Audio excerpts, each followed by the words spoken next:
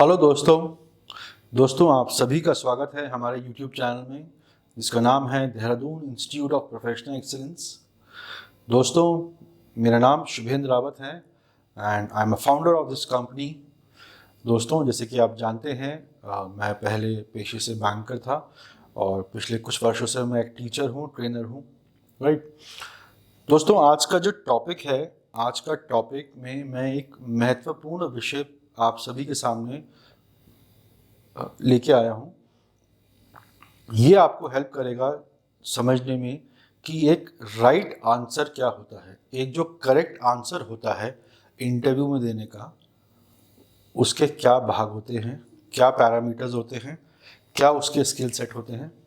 तो दोस्तों, अगर आपको ये हमारा वीडियो पसंद आता है और आपको लगता है कि मैं आपके सामने एक मजबूत, आपके लिए बेनिफिशियल कंसेप्ट लेके आया हूँ, तो मैं आपसे चाहूँगा कि आप हमारे चैनल को सब्सक्राइब कीजिएगा, हमारे इस वीडियो को लाइक कीजिए, अपने फ्रेंड्स पे, अपने फैमिलीज़ में, अपने सर्कल में, अपने स्कूल कॉलेज में प्लीज़ शेयर कीजिए ताकि हम भी अपनी मैक्सिमम रीच तक पहुंच सके। ठीक है, चलिए दोस्तों, हम आगे बढ़ते हैं। दोस्तों, आज का जो हमारा कंसेप्ट है कि एक इंटरव्यू में, आपने कई बार सुना होगा मेरे वीडियोस में मैं कहता हूं कि अपने आंसर्स, पॉलिश्ड आंसर्स रखिए। क्या मतलब होता है पॉलिश्ड आंसर का, और मैं क्यों इस बात पर जोर देता हूँ? देखिए, अब मेरा बहुत लंबा अनुभव रहा है, करीब 1 दशक का बैंकिंग का। उससे पहले मैंने आपकी तरह बहुत सारे गवर्नमेंट एग्जामिनेशंस क्लियर किए थे, इंटरव्यू मैंने फेस किए थे, मैंने बहुत सारे अदर इंटरव्यूज़ दिए हैं कॉर्पोरेट में। पिछले 6 साल से मैं एक टीचर हूँ, बहुत सारे स्टूडेंट्स पढ़ के निकल चुके हैं and they are working in respective industries. Polished answer वो आंसर होता है जो आपको अलग खड़ा करता है आपके बाकी कंपेटिटर्स से। जितने भी स्टूडेंट्स, मान लीजिए आज किसी कंपनी में इंटरव्यू देने गए हैं आपके साथ, तो जो पॉलिश्ड आंसर होता है वो आपको एक अलग मुकाम पे लेके जाता है आपके इंटरव्यू परफॉर्मेंस में। ठीक है, जी हाँ दोस्तों, आप सही सोच रहे हैं। पॉलिश्ड आंसर को अगर मैं सामान्य भाषा में कहूँ तो एक शानदार जवाब जिसे कहते हैं, उसको मैं मानता हूँ पॉलिश्ड आंसर। दोस्तों, ये जो मैं आपको जितनी भी इंफॉर्मेशन पास कर रहा हूँ, ये प्रैक्टिकल इंफॉर्मेशन है और ये सिर्फ आपके इंटरव्यू के लिए काम नहीं आएगी। आप जीवन के किसी भी फील्ड में जाएंगे, आपको लोगों से बात तो करना ही होगा। ऐसी कोई नौकरी नहीं है, ऐसा कोई बिजनेस नहीं है जहाँ पे आपको लोगों से इंटरैक्ट, कम्युनिकेट नहीं करना होगा, तो आपको तो लोगों से बात करनी ही होगी। दोस्तों, हम आते हैं पॉलिश्ड आंसर पे कि पॉलिश्ड आंसर को अगर मैं थोड़ा सा ब्रेक डाउन करने की कोशिश करूं ताकि आप सभी को और बेहतर तरीके से समझ में आ पाए। इमेजिन कीजिए, जब हम किसी व्यक्ति से मिलते हैं पहली बारी, ठीक है, तो आपने एक मुहावरा सुना होगा, first impression is your last impression.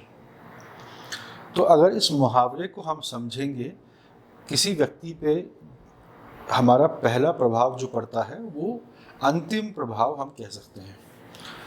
चाहे उसके बात करने का सलीका हो, चाहे उनका आवाज़ किस लहजे में बात कर रहे हैं, कितनी हाई पिच पे जा रही है, कितनी लो पिच पे जा रही है, मीडियम वॉइस पे बात कर रहे हैं, तो सबसे पहला फैक्टर आपको ध्यान में रखना है पॉलिश्ड आंसर का। देखिए, मैं टू द पॉइंट बात करने वाला व्यक्ति हूँ। मैं वही बात यहाँ पे लेके आता हूँ जिस पे मैं पूर्ण रूप से कन्विक्शन के साथ मैं खुद बिलीव करता हूँ। पहला पैरामीटर आपको ध्यान में रखना है पॉलिश्ड आंसर का दोस्तों, जिसे हम कहते हैं आपका नॉलेज, ज्ञान। क्या आपकी नॉलेज आधी अधूरी है? अगर आप किसी इंटरव्यू में गए हैं, क्या आपकी नॉलेज आधी है?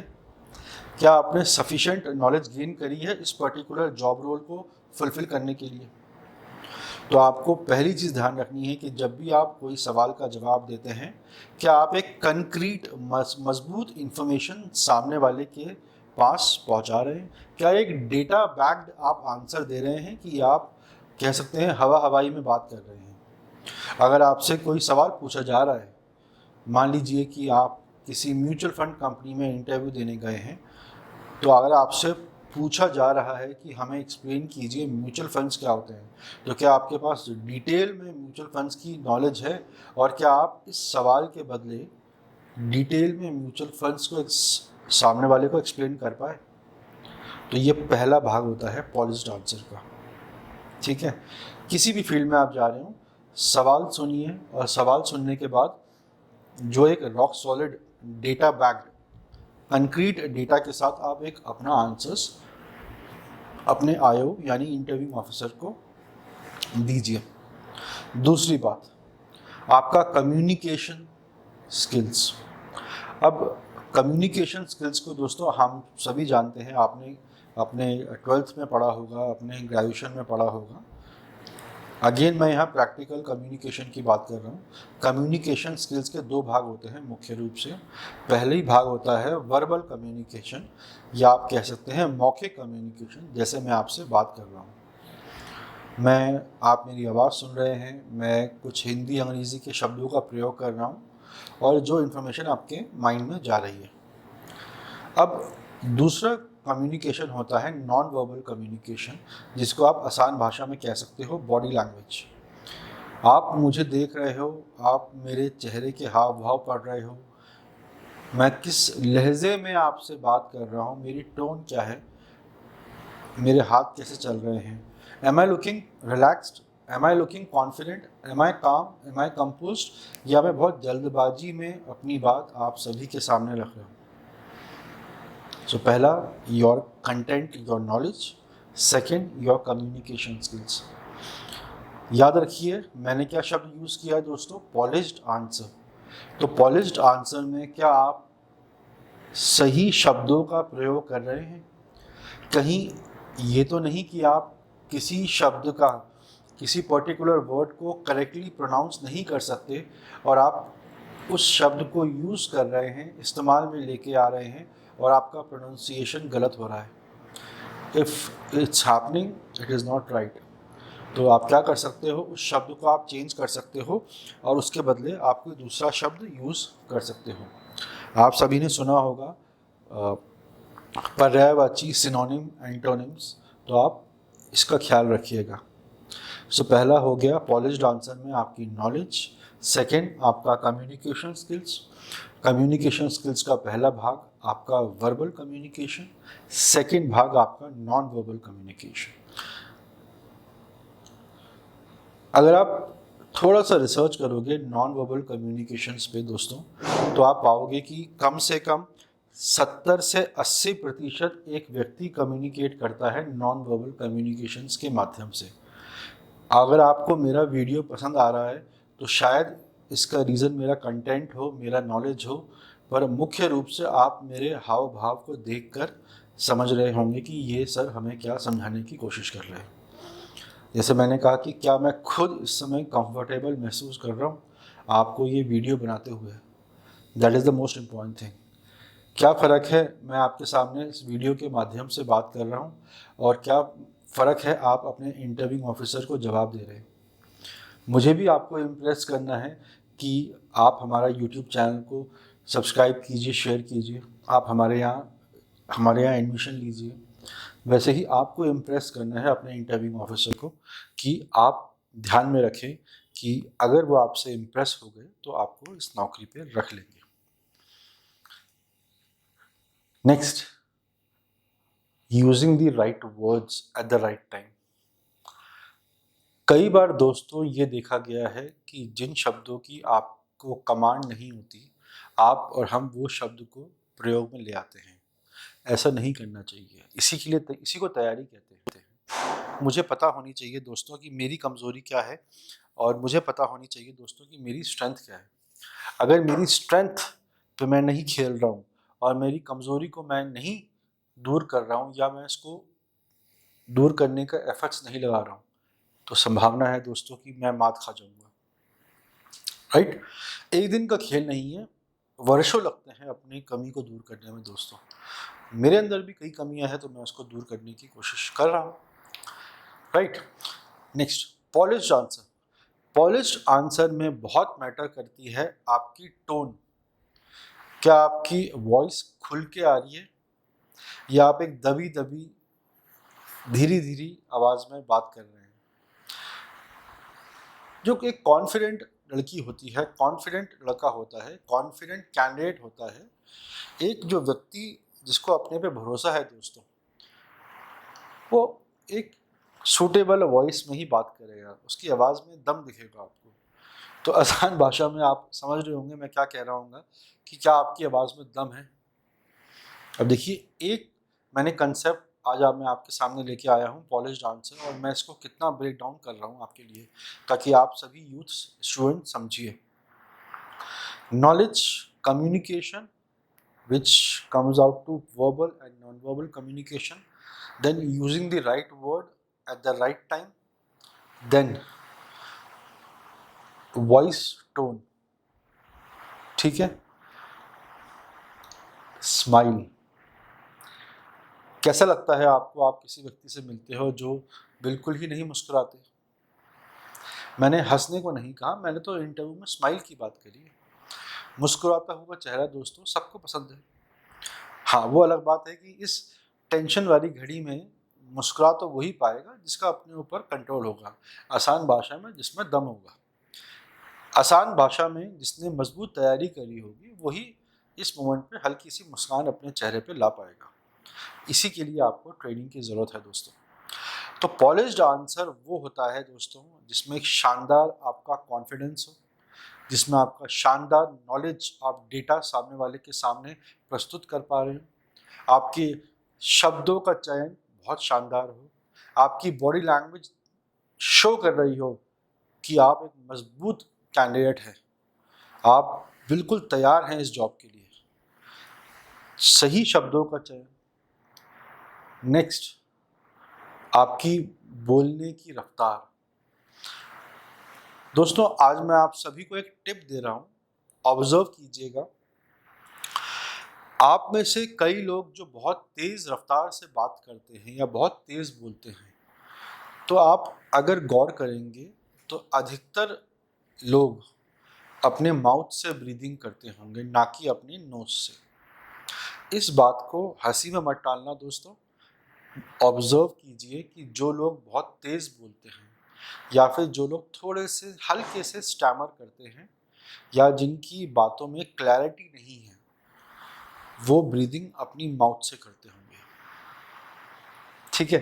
तो आपको अपनी बात करने की रफ्तार को भी मद्देनज़र रखना है। जो मैंने आपको अभी एक हिंट दी है दोस्तों कि आप चेक कीजिए कि आप ब्रीदिंग कैसे करते हैं, फ्रॉम योर माउथ और फ्रॉम योर नोज। मेरे कहने का मतलब है कि if you are communicating, if you are saying something, if you are going on, if you are saying a long sentence, तो क्या आप उस समय ब्रीदिंग माउथ से करते हैं, नोज से करते हैं। तो जो व्यक्ति ब्रीदिंग माउथ से करता है, आप देखेंगे उनकी बोलने की रफ्तार बहुत तेज़ होती है। तो अगर किसी को मेरा ये इशारा समझ में आ गया है, ऑब्जर्व कीजिए और लिखिए कमेंट सेक्शन में कि sir I breathe through my mouth या I breathe through my nose, ठीक है। अब दोस्तों क्या होता है कि जब आप एक बेहतरीन जवाब देने की कोशिश करते हैं तो आपको बहुत चीज़ों का ध्यान रखना पड़ता है, जो मैंने आपको बताया। कोई परफेक्ट नहीं है, मैं भी परफेक्ट नहीं हूँ, मैं भी गलतियाँ करता हूँ, ठीक है। बट हम अपने आप को एक बेहतर व्यक्ति तो बना सकते हैं ना।